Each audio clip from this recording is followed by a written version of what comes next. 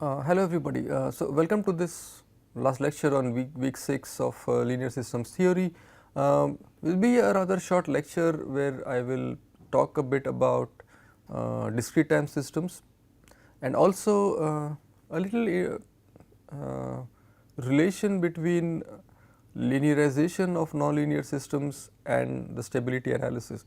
So the question that we will answer, again I will not do the extensive proofs, but we already have an intuition of that from our previous lectures, of what we learned in our previous lectures, that if I take a nonlinear system, if I linearize it around an equilibrium point and analyze stability in the linear sense of that equilibrium point, does that have any implication on the stability or not of the original nonlinear system. So those two topics we will cover today, starting with stability analysis of discrete time systems. Okay, so I start again. So much of the definitions will look similar. So I just replace a t by k and say x k plus 1 is a k is my discrete time system. So the solution is stable in the Lyapunov sense, or also called internal stability, if for every initial condition the solution is uniformly bounded. Again, this is our discrete time state transition matrix and so on. This is exactly similar to what was there, that the solutions need to be uniformly bounded. That is what was also in the continuous time case. That does not change. What also does not change is the definition of asymptotic stability, that as time progresses we would like the solution to go to origin as t goes to infinity. Okay. So this also does not change. Exponentially stable, well, it is again the same, just that instead of an exponentially decaying function, we will have something like this here. So the system is exponentially stable if, in addition to asymptotic stability, there exists constant c and lambda. Again, this lambda is less than 1, such that for any initial condition starting over here, we have a relation like this. So this is the exponential version of exponential stability version of a discrete time system. Again, unstable, well, if it is not stable, then it is unstable. Okay. So first a little thing of what does it mean by discrete time stability. So if let me just take a scalar system, say x k plus 1 is say a number a x k.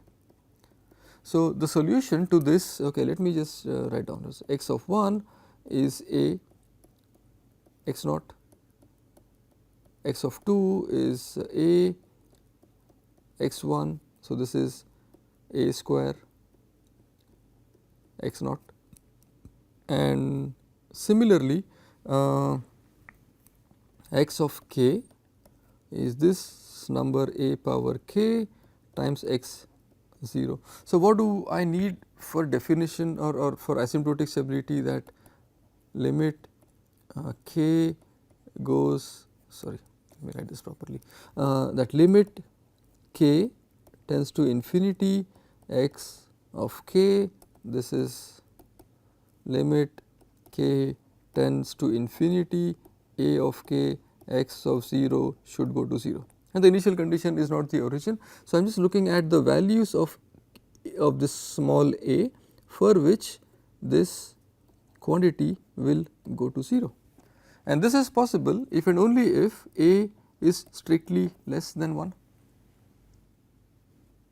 right. So the discrete time stability, so if I just say the continuous time counterpart of this x dot equal to a x t, stability was just a should be less than 0. Here a should be strictly less than 1.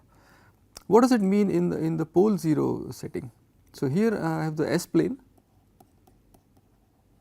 and this is sigma, and then the j omega axis. So this was all the stable region or the left half plane.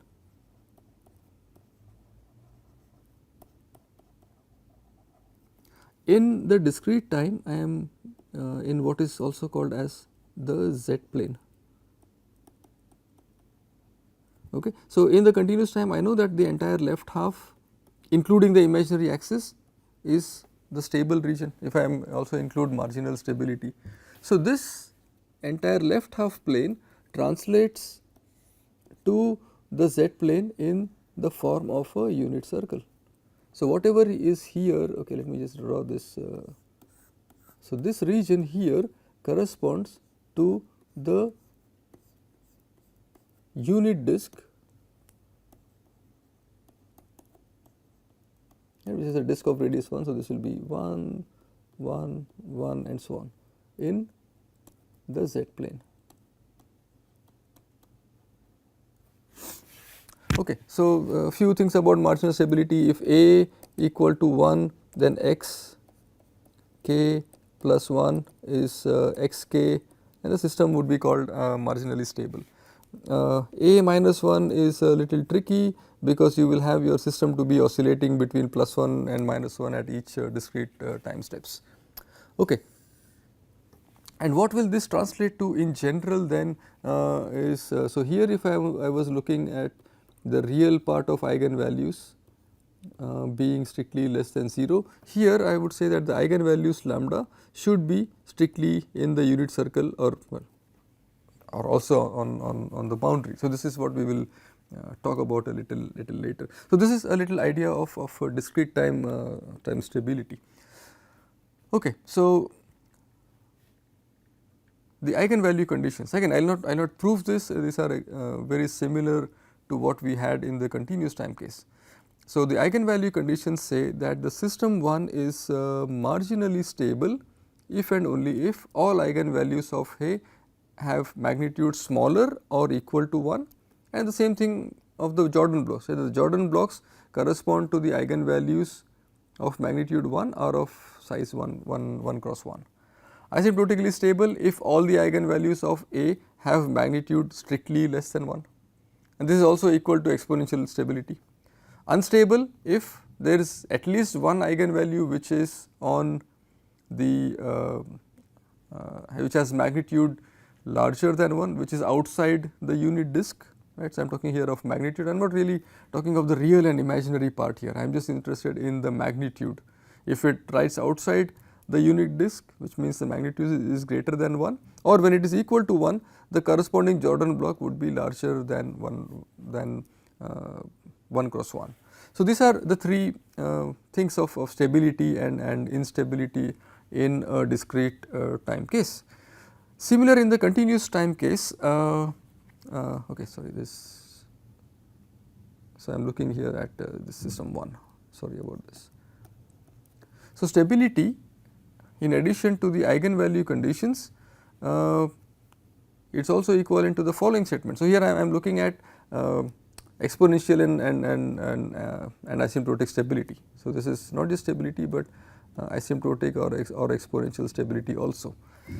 Okay. So, for every symmetric positive definite matrix Q, there is a unique solution P to the following discrete time Lyapunov equation. Just what was the contrast there, that A transpose P plus P A was equal to minus Q. Similarly, over here, right. So, I will not like do the proof of this, but give you a little idea of why this expression does not exactly look the same like this.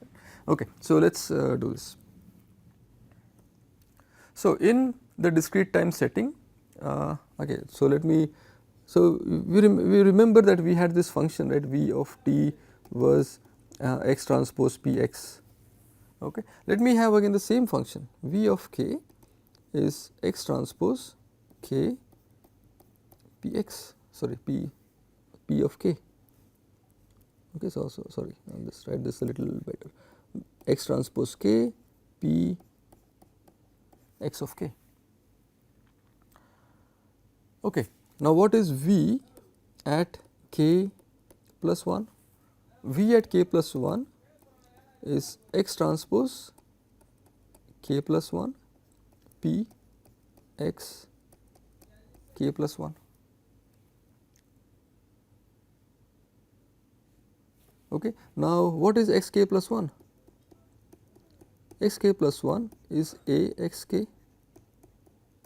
Okay. Now, if I substitute this back here, what I will get is this will be x of k with the transpose A transpose P A x k.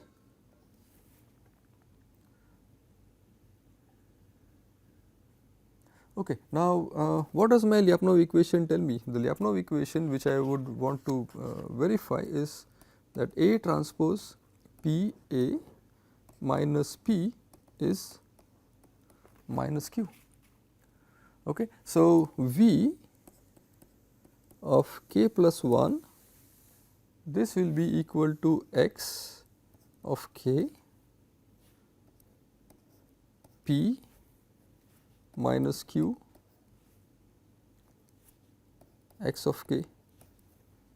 This is equal. So, where does this come from? I am just substituting for A transpose P A as P minus Q from here. Right. So, this will mean that A transpose P A is minus Q plus P. Okay. So, this will be equal to V of k minus x k P, sorry, this will be Q x k, Q x k. Now, what is the nature of V here? Again,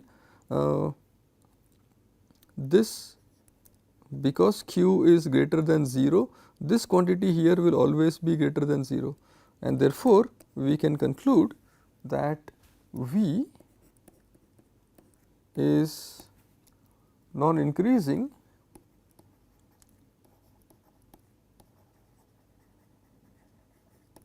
okay. And not only that, we can follow similar steps to show that this is not only non-increasing, that it actually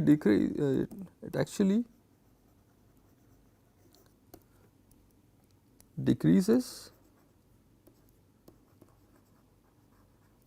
to 0